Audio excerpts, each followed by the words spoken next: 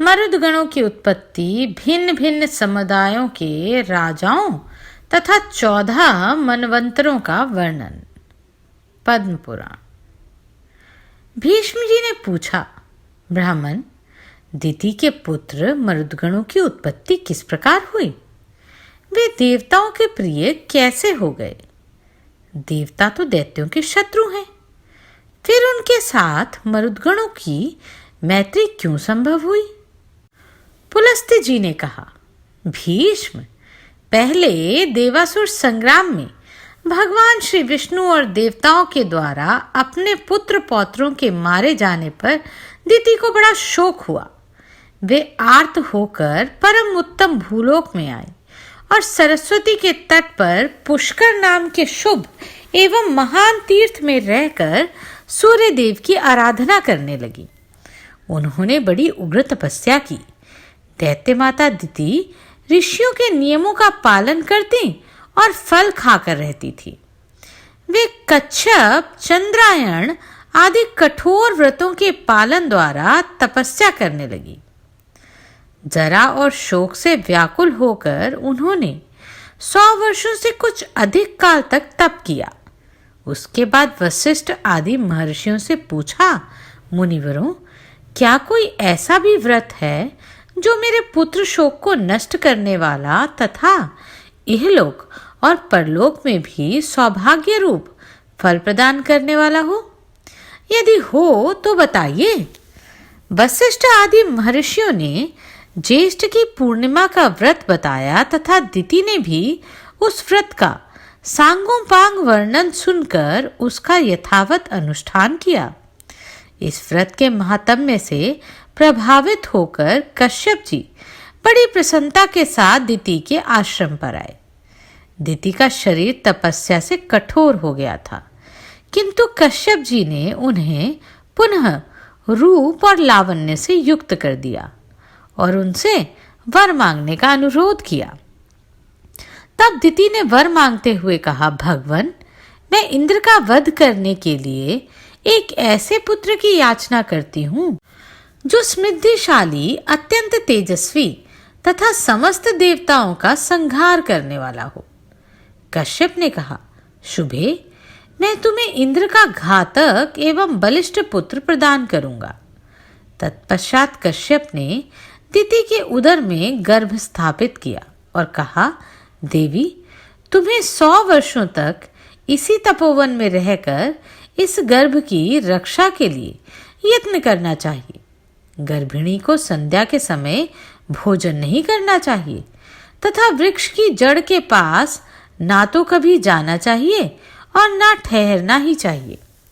वे जल के भीतर ना घुसे, सूने घर में ना प्रवेश करे, बांबी पर खड़ी ना हो, कभी मन में उद्वेग ना लाए, सूने घर में बैठकर नख अथवा राख से भूमि पर रेखा ना खींचे, ना तो सदा अलसाकर पड़ी रहे, ना अधिक परिश्रम ही करे।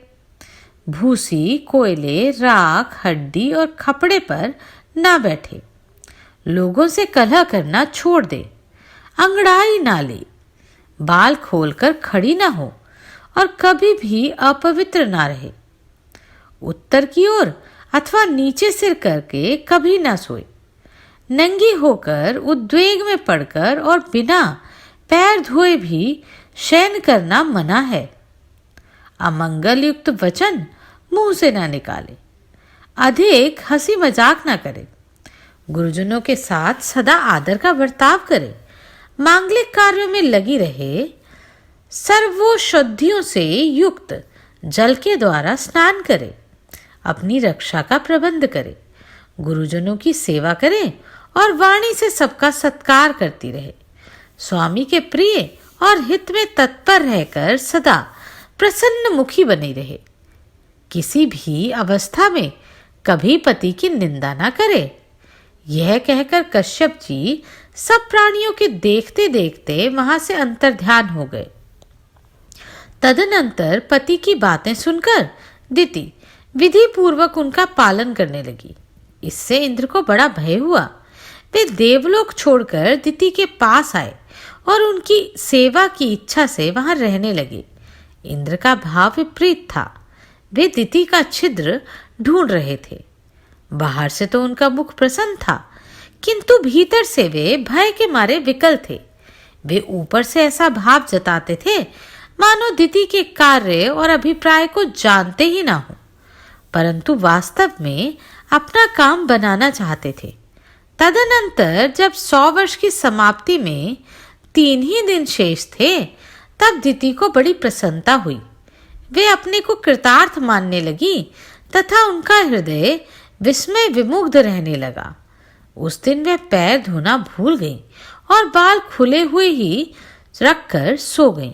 इतना ही नहीं, निद्रा के भार से दबी होने के कारण दिन में उनका सिर कभी नीचे की ओर हो गया।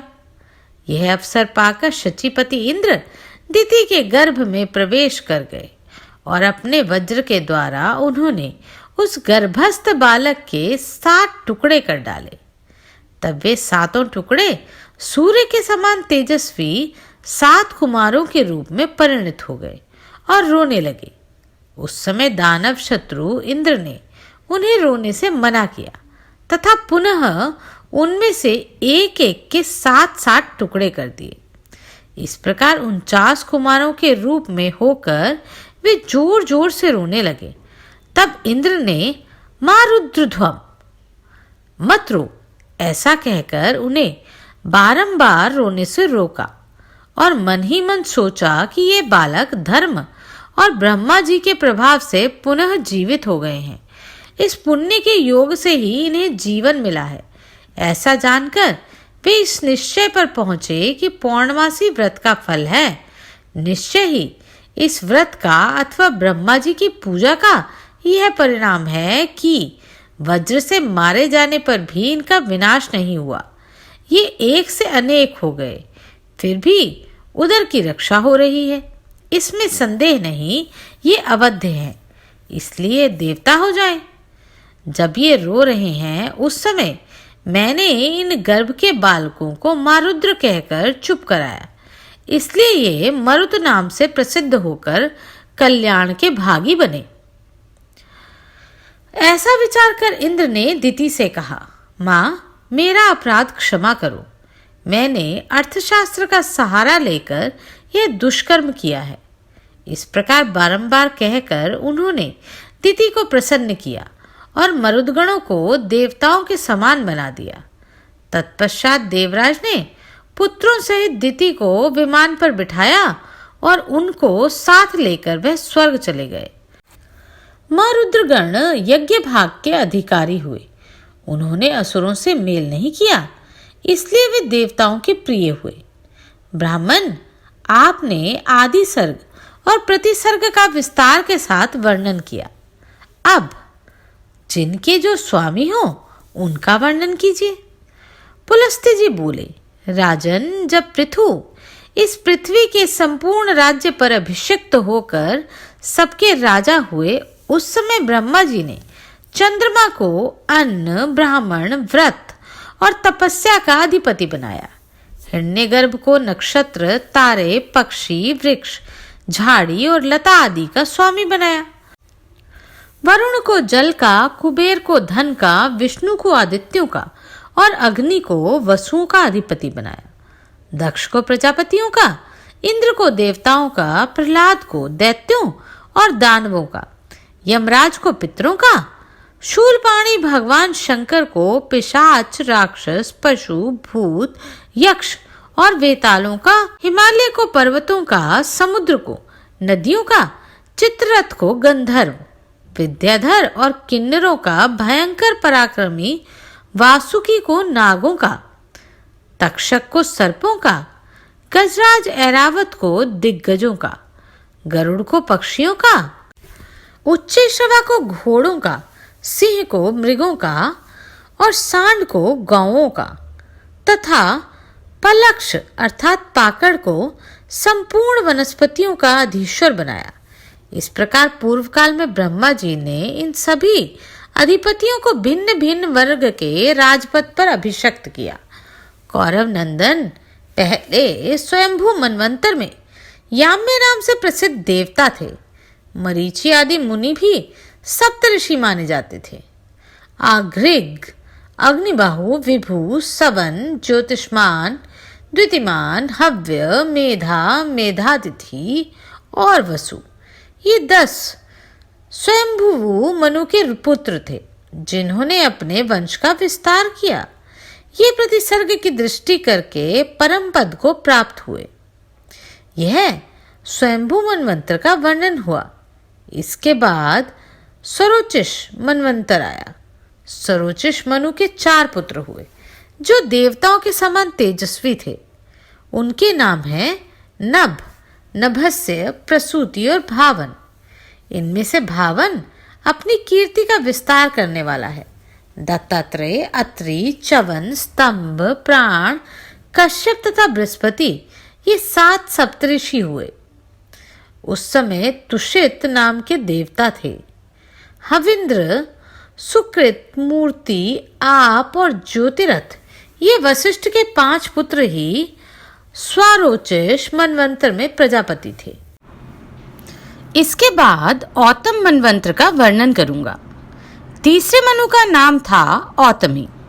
उन्होंने 10 पुत्र उत्पन्न किए जिनके नाम हैं ईश, ऊर्ज, तनुज, शुचि, शुक्र, मधु, माधव, नभस्य, नभ तथा सह। इनमें सह सबसे छोटा था। वह सबके सब उदार और यशस्वी थे। उस समय भानु संज्ञक देवता और ऊर्ज नाम के सप्तऋषि थे। कौकिभिंडी, कुतुंड, दालभ, शंख, प्रवाहित, मित और सम्मित, ये 7 योगवर्धन ऋषि थे। चौथा मनवंतर तामस के नाम से प्रसिद्ध है। उसमें कवि, पृथु, अग्नि, अकपि, कपि, जन्य तथा धामा, ये 7 मुनि ही सप्तऋषि थे। साध्यगण देवता थे।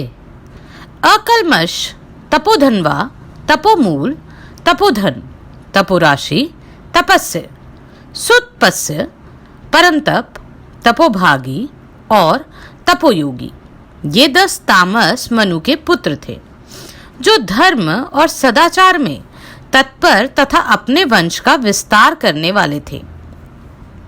अब 5वें रैवत मनवंतर का वृतांत श्रवण करो। देवबाहु, सुबाहु, पर्जन्य, सौमप, मुनि, हिरण्यरोम और सप्ताश्व, ये 7 रैवत मनवंतर के सप्तऋषि माने गए हैं। भूतराजा तथा प्रकृति नाम वाले देवता थे तथा वरुण, तत्वदर्शी, चितिमान, हव्यप, कवि, मुक्त, निरुत्सुक, सत्व, विमोह और प्रकाशक, ये 10 रैवत मनु के पुत्र हुए जो धर्म, पराक्रम और बल से संपन्न थे। इसके बाद चाक्षुष मनवंत्र में भृगु, सुधामा, विरज, विष्णु, नारद, विवस्वान और अभिमानी, ये 7 सप्तऋषि हुए। उस समय लेख नाम से प्रसिद्ध देवता थे। इनके सिवा ऋभु, पृथ्गभूत, वारीमूल और दिवोका नाम के देवता भी थे। इस प्रकार चाक्षुष मनवंत्र में देवताओं की 5 योनियां थीं। चाक्षुष मनु के 10 पुत्र हुए जो रूरु आदि नाम से प्रसिद्ध थे। अब 7वें मनवंत्र का वर्णन करूंगा जिसे वैवस्वत मनवंत्र कहते हैं। इस समय वैवस्वत मनवंत्र ही चल रहा है। इसमें अत्रि, वशिष्ठ, कश्यप, गौतम, योगी, भारद्वाज, विश्वामित्र और जमदग्नि, ये 7 ऋषि ही सप्तऋषि हैं। ये धर्म की व्यवस्था करके परम पद को प्राप्त होते हैं। अब भविष्य में होने वाले सावर्ण्य मनवंत्र का वर्णन किया जाता है। उस समय अश्वत्थामा, ऋष्यशृंग, कौशिक्य, गालव, शतानंद, काश्यप तथा परशुराम, ये सप्तऋषि होंगे। धृति, वरियान, यवसु, सुवर्ण, धृष्टि, चारिष्णु, आद्य, सुमति, वसु तथा पराक्रमी शुक्र, ये भविष्य में होने वाले सावर्णी मनु के पुत्र बतलाए गए हैं।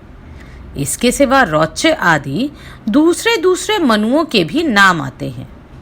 प्रजापति रुचि के पुत्र का नाम रौच्य होगा। इसी प्रकार भूति के पुत्र भौत्य नाम के मनु कहलाएंगे। तदनंतर मेरुसावर्णी नामक मनु का अधिकार होगा। वे ब्रह्मा के पुत्र माने गए हैं। मेरुसावर्णी के बाद क्रमशः ऋभु, वीतधामा और विश्वकसेन नामक मनु होंगे। राजन, इस प्रकार मैंने तुम्हें भूत और भविष्य मनुओं का परिचय दिया। इन 14 मनुओं का अधिकार कुल मिलाकर 1000 चतुर्युग तक रहता है। अपने अपने मनवंत्र में इस संपूर्ण चराचर जगत को उत्पन्न करके कल्प का संहार होने पर ये ब्रह्मा जी के साथ मुक्त हो जाते हैं। ये मनु प्रति 1,000 चतुर्युगी के बाद नष्ट होते रहते हैं तथा ब्रह्मा आदि विष्णु का सायुज्य प्राप्त करते हैं।